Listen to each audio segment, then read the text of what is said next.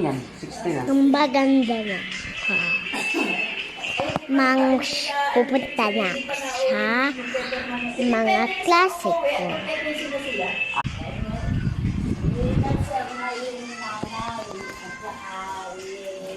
Andito na ako. Hoy, Besh, andito ka na. Oo nga, ang ganda naman ng hairband mo. Oo nga, Besh. Nakita na tayo, ano? Oo nga, Besh. Oo nga, Besh, nakita na kita. Oo nga, nakita na tayo.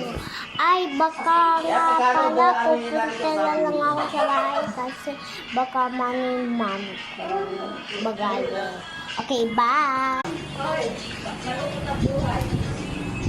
Nandito na ako.